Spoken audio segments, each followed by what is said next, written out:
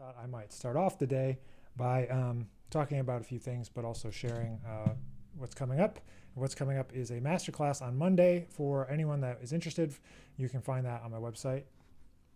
It's a pay what you can masterclass, so anybody is invited on Monday at 6 p.m. Eastern, 5 p.m. Central. You can figure out the corresponding times from there. And in that masterclass, we're going to be talking about jazz improvisation from the beginning. So we're going to go ahead and use all of me as kind of a jumping off point for that masterclass on Monday. But today I thought while people are joining up and while people are getting here onto the stream, I thought I would go ahead and play a little bit before people are getting in. People are dropping in their questions. And so we're going to just kind of preview what's coming up on Monday with that. So I'll just do a little playing here, a little bit of all of me.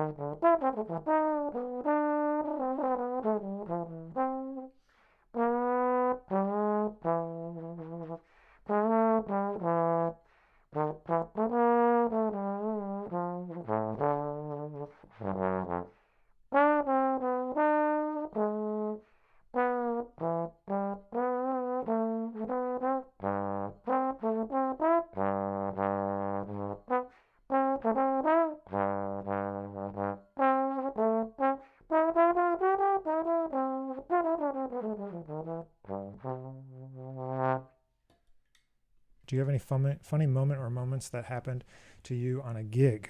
Probably, there's definitely funny moments on gigs. I mean, the thing that happens over and over again to me is, I'll show you. This happens over and over and over to me on gigs. That now that my practice, I used to have a Yamaha, like a big silent brass, right?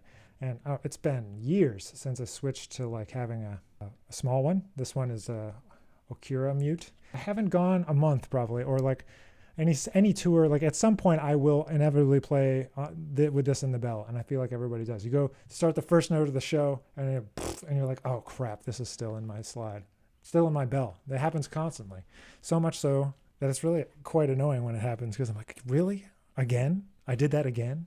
If you saw in the Desert Island Instrument, trombone or piano, no, I can't have both, huh? I mean, I'm fine with either one, really, but I think. Piano would be probably more interesting in the long term, but I would also be okay with trombone. Do you think electronic trombone will ever exist? And I think what you're talking about is like an iwi version of trombone.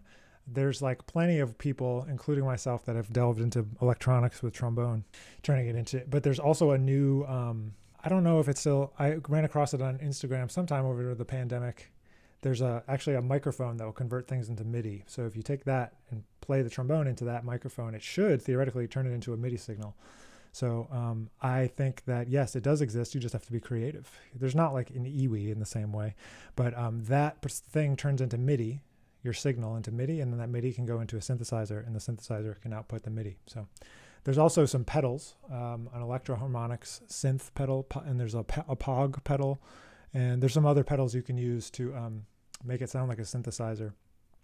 So the deeper you get into it, the more you can do. I'm not like the expert on pedals and stuff like that. I've delved into it a little bit, but you can do it. All right, thoughts on Charles Mingus? I love Charles Mingus. I think he's a pioneer of just doing your own thing, you know, like in an era where a lot of guys were kind of following in the footsteps of others and, you know, playing bebop. He was doing his thing. So. And he's not afraid to like play weird notes. He's not afraid to assert his opinion and be political. And I aspire to be more rough around the edges like that, you know, to me, irregardless of his personality or his, you know, personal failings, as we all have, you know. When you first got started leading your own band, did you ever have trouble dealing with musicians who didn't respect you? Did you try to make those relationships work? This is just one opinion. But I think there's a balance there between knowing what you're doing for them and what they're doing for you. I think at the beginning, I always thought of it as the band is doing me a favor, and I need to go out of my way, regardless of what I can afford, to one, pay them as much as I can, give them as much leeway as I can, and to be as courteous and grateful as I can. Although it's definitely a challenge when you have, you know, those things like, oh, they either disrespect you, or not disrespect you isn't really even the right way to put it. I guess it's more like, you know, they're just like, oh, I'm just doing this guy a favor, you know. As you move along the spectrum, the more you can pay, the more you can demand of the band that you're working with, whether they're your friends or not, you know. There's always going to be kind of a blurry line between social and business in music. That's just the nature of it, and it can be tricky. You know, I think, at least in my experience, what I would say is, as long as you are clear of expectations kind of up front, you know, like that generally will kind of make all the problems a little less. Like as long as you are upfront about, you know, all the details, what it pays, what the expectations are, what the time expectations are. Like, you know, one thing that happens sometimes that's pretty annoying is you agree to do like, and it's nothing against a friend or anything like that. It's just a situation that becomes hard, is like if you book a gig, for example, but when you book the gig, you don't book the rehearsals at the same time, or even express that you want to rehearse. And then 2-3 weeks later, you come back, you're like, okay, we need to book 3 rehearsals. And then you try, and then everyone in the band is like, you know, I'm already giving you the time for free of playing this gig because I like you and I want to support your music and all this kind of thing. So there's a balance there of just like, as long as you can be upfront from the beginning. If you aren't clear in the beginning and then you get in a hairy situation, I don't know how to come back from that other than just making the best of it, I think. Yeah, so that's a little bit tricky, but I think as clear as you can be upfront with how you're going to handle a situation is the best way forward, I think, in terms of being able to make sure that your band wants to work for you and just letting them know that they're appreciated. What does your menu look like for your meals while on tour? What do you like to eat that also keeps you sustained tour long? That's an interesting question. So about actually it's got to be longer now. About 5 years ago, I discovered that every time I would go on tour, I would gain a lot of weight, just because when you're on tour, like there's not as many healthy options. Usually the green room is filled with snacks and candy and blah, blah, blah, blah, blah, blah, blah. And so as I've gotten older, I've realized, you know, what foods kind of trigger my body to like store more fat and blah, blah, blah, blah, blah. So I started intermittent fasting like 5 years ago because I knew that I couldn't control what was going to be available at the venue, for example, but I could control, when I was going to eat. So I won't eat until 4 o'clock or something like that. And then eat before the gig, maybe a snack after the gig, and then don't eat again until the next day around 4 o'clock. So, and for me, that worked okay. As for other people, it doesn't work super well, and it's hard. They don't like the fasting thing, but there's a lot of research around fasting, and I've just now at this point I've been doing it for a long time, so I don't even think about it much. Back in 2009, 2008 even, I kind of started trying to change my own decisions about food and eating, and kind of cut out all the things that I had been eating. Like there was a Wendy's in between Eastman and my apartment, and that was a frequent stop until then. And then at that point I decided no more fast food, no more soda, and a few other things, and I just cut it all out and went on a journey there. And I was a lot heavier when I was at Eastman. If there was anything you could tell your younger self before you started gigging professionally, what would you say? It doesn't matter so much. I would get stressed about everything, every gig, being on time, being there early. All those things are good, but like if I had just come at it with a more relaxed angle, I would have enjoyed it more. Especially now looking back, there's so much stuff that I didn't enjoy because I was just running from place to place and not appreciating what was going on. I specifically can say that I remember thinking in certain locations like, oh, I'll be back here again. I don't need to go do X, Y, Z, or I can stay here and just work on this, or I don't need to go out and meet this person. I'll be back here. But no, you don't know, If anything, the last year has taught us it could be that in particular. So that is what I would tell myself. Chill out. Favorite Wycliffe Gordon jazz composition? I'm going to be selfish and just say he wrote a couple tunes for me, so I'll say those. There's one called The Nick of Time. I like that one. That's not really probably my favorite, but it is one. Favorite jazz slang term? I'll just say the ones I use a lot. Cats is something I say a lot. I used to say things were out a lot. I don't say that as much anymore. Like, oh, that's out. Like, that's not cool. That's not happening.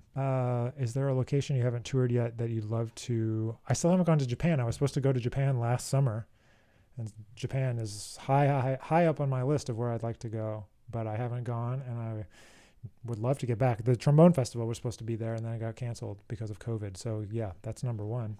How do you keep clarity and speed in the high range? By playing the same sort of stuff you play in the mid range and the high range until it's comfortable. Most of the time that means adjusting your articulation to a like more E or I based syllable, like T T T T T T T T T T T. Like if you just sing into that upper register, you go from ah to E, right? I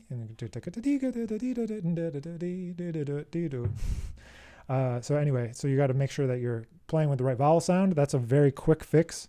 If you haven't thought about vowel sounds, it's a very long fix. But if you do think about vowel sounds when you play, that's an easy way to get the compression inside of your mouth and the airflow faster so that you can articulate and play into the upper register. When do you use A flat in first, if ever? The only time I use it is if I'm playing a transcription and that person happened to play A flat in first. Curtis does that sometimes. And I also do it when I want it to be a blue note.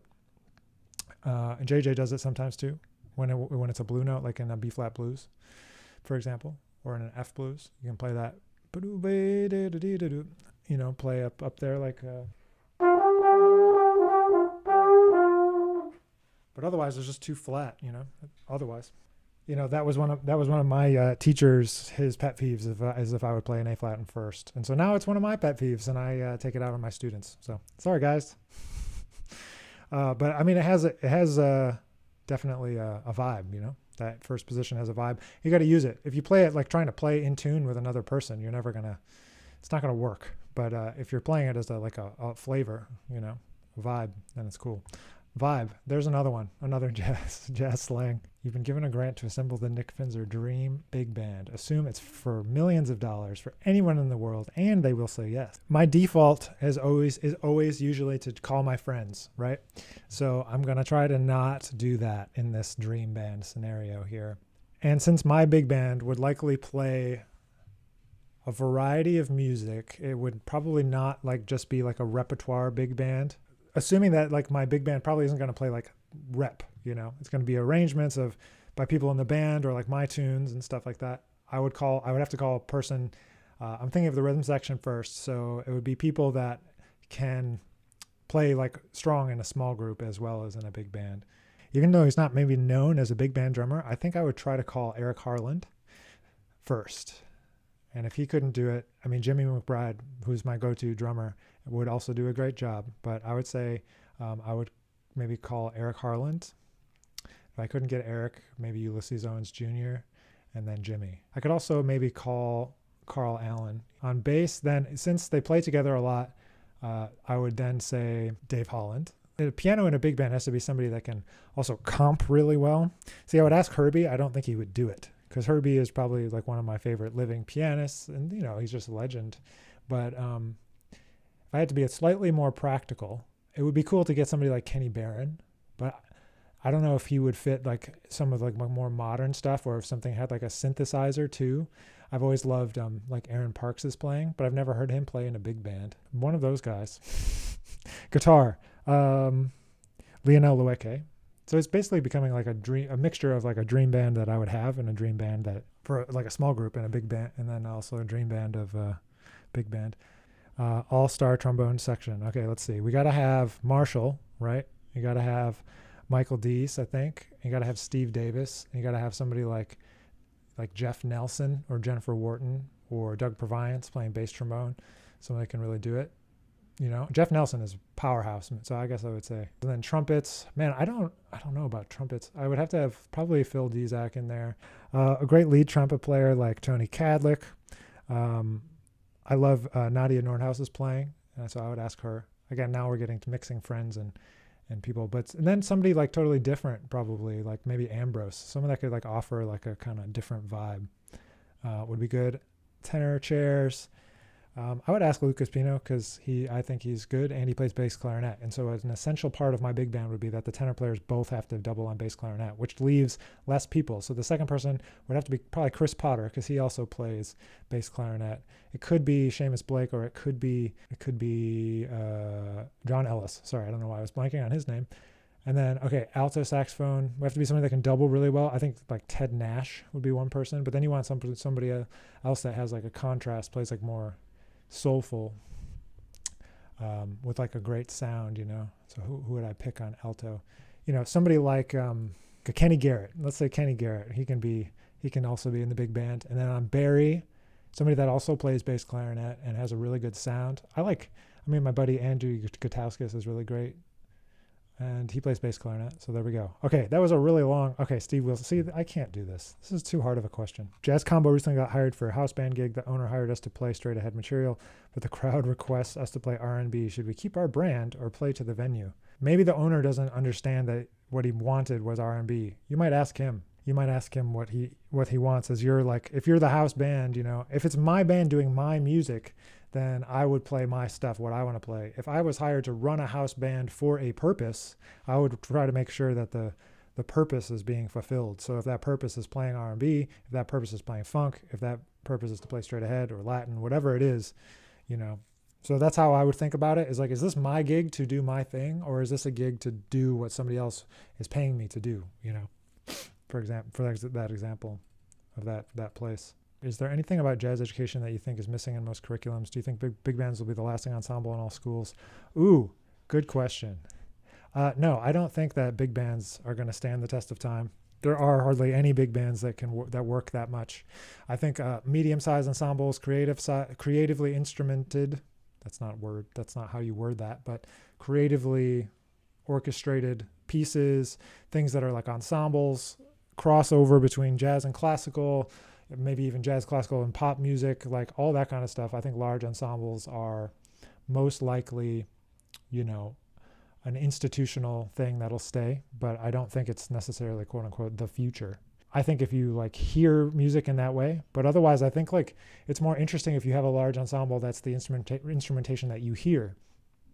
That's 10 horns or 12 horns or 100 horns, whatever it is, but like I don't think, it's a good jumping off point, I think.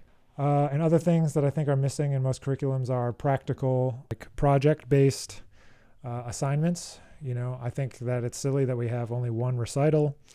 There's a lot of practical considerations that throw these ideas out the window. I'll just say that, like when you get into the actual running of a program or you're involved in a program, that like just because I say like, oh, this would be a great idea, does not mean that it's necessarily that feasible. So I'm going to say that I'm not including feasibility in these ideas. My thought is that you want to be doing projects, having more than one recital, focusing on getting out and playing as much as you can.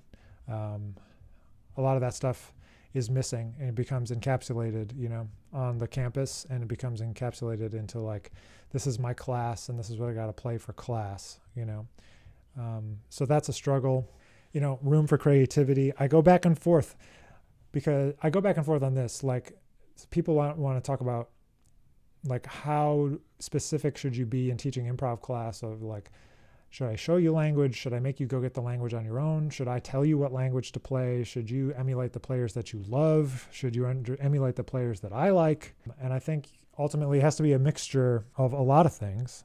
Am I trying to train you to be a musician that can do all things? Am I trying to train you to be an artist that sounds like yourself? You know what I mean? Like, there's different people who have different goals. So ultimately it's really difficult to create a curriculum that accounts for all the different types of people that are going to come through a program and are going to, what they need. And that's how you end up with kind of like sometimes a vanilla kind of middle of the road approach, which focuses on, traditional jazz standards and 40s, 50s, maybe some 60s, 1940s, 50s, 60s repertoire. Some people go backwards. Some people want to go forward. I think it's important to make, my theory about it is that you have to, as your own person, decide like where your strengths are and where your interests are, and kind of double down on those, in addition to being informed about the rest of it. So I wouldn't say like I'm an expert about traditional jazz in the way that Trenton, who's on this stream here, is like, has a band that plays trad jazz. Like, I would not do that because I don't have expertise in that area, but enough so that like him and I can have lessons. And we did it this semester. He was working on Jack Teagard, and at least we can talk about it and say like, oh, he does this is interesting, point out like the different things about it, the different stylistic things. So, just because you're not a practitioner of that thing doesn't mean you can't know about it. So my theory is that you should know about it all. You don't have to play it all, but you should know about, all the different parts of jazz history and be able to function in those things. I don't know. So I'm getting off the question here. So has your band ever had to stop in the middle of a piece, either when you were a sideman or a leader? I mean, sometimes you count it off and it doesn't count off right and you just start again. So yes.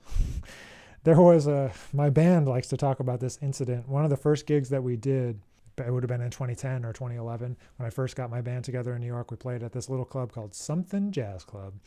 So on that gig, it was like the first time we had a gig, and I brought in all new music. We rehearsed one time, we got there, and like there was, they like to bring this up to me, and they still say it to me, because like we got into a solo section that was like supposed to be cued, and I cued it, and it didn't happen, and then I just like yelled, I was like, do something, and they like to bring that up to me still 10 years later.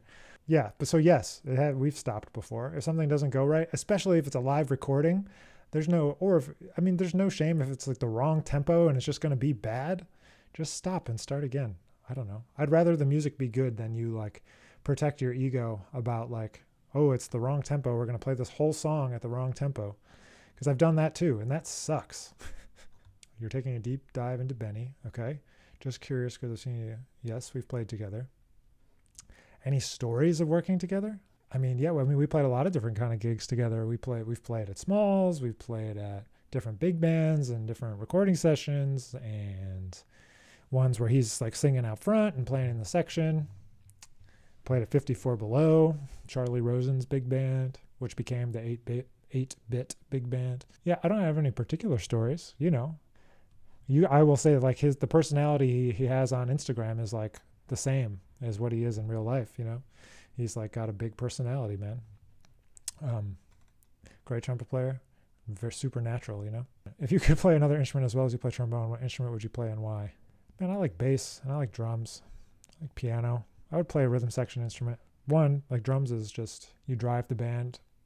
And bass, like, you control a lot of stuff from the bass chair, I think it would be bass, Piano seems just too hard to really be masterful of. But if we're saying that I'm automatically just as good at the piano as I am at trombone, then I guess I could say piano also.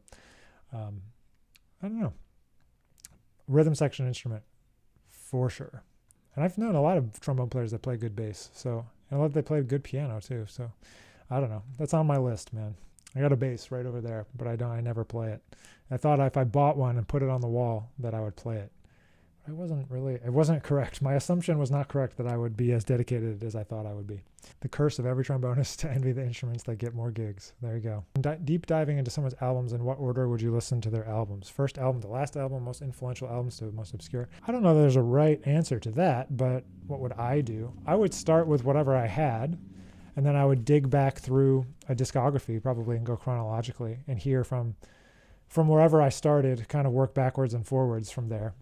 And then it will take some work to find the more obscure ones, because you're going to talk to people and they'll be like, oh yeah, this person, she actually played on this record, and then you didn't even know. So I think that's how it kind of goes out like a web, and that's why, in our fundamentals class, one of the first things we talk about is keeping a listening journal and writing stuff down, so you can know like, oh yeah, I did check that out. Like I did remember like these people are on it and it's on this label and I can find it, because sometimes things come down off of YouTube or get taken down off streaming. And if you want to be able to find things again, like sometimes you got to keep that log. So that's what we talk about. Like one of the first classes is like, how do we keep a listening log? What's an important stuff to write down? What are we trying to get out of the recordings? What did you like about it? That kind of stuff. Especially if you're doing like an actual deep dive for an educational purpose. As a student, what were your favorite things to work on and shed once the school year and commitments were complete? I kind of always had like a mission of some sort in between every school year. Like I was going to get better at a specific thing. One year it was to play through the Omnibook. That was one summer, because a great trombonist named Charlie Halloran, who is now in New Orleans and plays mostly trad stuff, he was a master student, and in between his first 2 years, he did that exact thing. And I was like, dude, you sound so good. Like, what did you do over the summer? And he's like, oh, I just played through the Omnibook. It makes you know what jazz is supposed to sound like. And then you can just play like that. So that to say, like, one summer I played through that. One summer it was trying to figure out how to learn tunes by ear, like I've said before, like I threw away my real books. Like that was in the summer. That was like during grad school, during the summer. Like throw them away, just get rid of them and just go for it. Learning everything by ear. The summer after I graduated from undergrad, it was like, I'm going to get this tape together for Juilliard. That was one thing. Like I've always had like a mission, like some kind of project over the summer. And then when I got done, it was like, oh, let me go back through all the stuff that I never got to. And it was usually like little devices, little patterns, things that I wanted to, be able to implement into my playing. So it's changed over the years, but it was always like, sometimes it was like open shapes, or sometimes it was triads, or sometimes it was triads with a flat 2 or triads with a flat 6, or any of these little shapes that, Are there any musicians whose biographies you've read? Yeah, I've read a bunch of them. Herbie's I've read, Miles's I've read, Quincy Jones. I really was inspired by Quincy Jones's. And the Monk one, that one's a real challenge, but I really was inspired by that one too. There's a lot of context in there about him, his music, and just the scene, like the jazz scene and how it kind of developed. And so to me, that was super interesting and super eye-opening about like the practicalities of like things that we think are different that aren't, or like that jazz used to be more popular, but it's like, I think it's always been a struggle since the 40s when it became non-dance music, like, so like this ongoing problem has happened for a while. Not necessarily saying it's a problem, but just saying like, the challenge of playing music that's more for the sake of art than the sake of like dancing is an ongoing challenge. And so anyway, those ones I liked. Duke Ellington's biography is good too. Brian is a true slide. Hampton played on a straight bass trombone. When he came to Eastman, when I was an undergrad, he did, yes. I don't think his language is any different between tenor or bass. I think he plays straight up like bebop all the time, whether it's on tenor or straight bass. I don't think it's any different. How do you personally divide your practice time between studying harmony and its application in 12 keys, separate from working on harmony within specific tunes you might be learning? So I would try to isolate those things that you're talking about playing in 12 keys in tunes so that you can work on tunes that have those things in them, because working on just like isolated like 2/5 patterns or like sequences to me is not a thing that's very musical. So practicing stuff outside of a musical context is really hard for me, and I don't like to do it. And I would imagine that's the same for others. So like if you're just like, oh, let me play all these 2/5s down in half steps, like that's an exercise, and I'll do that, sure, like a line or something down and or up in half steps or around the zero fourths. I think you got to find applications. Here's a great example. Giant steps, right? It's kind of exercisey. I would much rather play countdown, 26/2, satellite. My students already know this, but I would much rather play those because it's like a more of like a practical use of a pattern for improvisation, right? Or a harmonic pattern. My favorite way to work on harmony is to write at the piano, and then from there, if I'm struggling, I write a tune that uses that thing. So that might be, I have a tune, the first tune on my first record, it's called Alternate Agenda. That tune came from me trying to learn the difference between a melodic minor and a Dorian minor, right? So the first half of the tune is modes of the melodic minor. Second half of the tune is modes of is Dorian, and then the bridge is learning about how to play slash chords, like diminished slash chords over the diminished, rather, is what I mean. So that's what I do. I find musical situations to actually work on those things.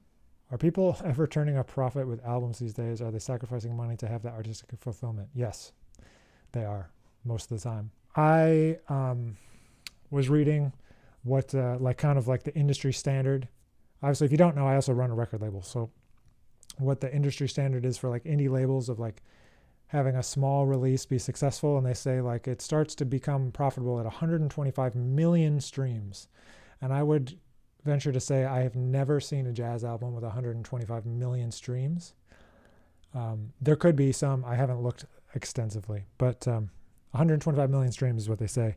And I wouldn't say that necessarily everyone is losing money all the time on all of their projects. I would say that having an album and making that investment allows you to be booked in a variety of ways, both as, an educator, as a performer, as a composer, as, people buying the CD. Like there's a lot of revenue streams that come out of making an album that don't have anything to do with the actual streaming or sales itself. And if you're not, so it's kind of like it's a cycle of like, if you're not putting out records, you're not in the press, so then you don't get booked, right? Or the opposite. You got to put out records so that people in the press and industry notice that you still are alive and doing this. And then to help you have more awareness, to allow you to get booked, to allow you to do more things. So the thing is like, yeah, you're not making a ton of money putting on a record, but at the same time, if you don't do it, you're kind of invisible, in the eyes of the industry. If you're not sending stuff out to radio, if you're not sending out to the press and critics, like you aren't there. You might be known, you might even have a huge audience, but you might not be known beyond that within the industry. And if you're not known, you can't get booked. Like lots of people knew who Snarky Puppy was, but they weren't getting booked on major festivals until they won a Grammy, right? So until you get that traditional stamp, and then all of a sudden it's like, oh, they've been here the whole time, but here they are, you know what I mean? So you got to play the game. You can also decide not to play the game, but you can't go in the middle, Did you get to spend some time studying with Barry Harris? So yeah, he came to Juilliard while I was at Juilliard. That was the most time I've spent with Barry Harris is when he came. I still have this recording of the masterclass. He taught us, we went through Cherokee really, really fast. And he like taught everyone like a line. He had this whole like saying about it too, like a series of vocabulary across the different parts of the tune. And I'd have to go back and find it. I wrote it down somewhere also, but it was super helpful in getting inside the language of bebop. And he was talking about all kinds of things. He's like the master of bebop harmony. So I would highly recommend, if you don't know who Barry Harris is, that you should go on YouTube and watch his master classes, because he talks about a lot of things. He's very opinionated, which is great, but he's great educator, very great educator. He runs his own thing in New York. classes. Obviously not right this second, but he was. And anyway, so he's really great. So check him out if you don't know him. I can't really answer this question. He asks, like, what do you think about when you're playing over slash chords? The only way I can really answer it is like, what is that sound? And then I play that sound, because there's an infinite number of slash chords. Not infinite, but there's so many. Any two triads you put together make its own hexatonic or pentatonic if they share one note. So I'm going to leave you all for the weekend. I hope you had a wonderful Friday. Thanks for being here, and we will catch you next week. And thanks for watching. Thanks for listening. Thanks for asking questions. So we'll catch you all soon.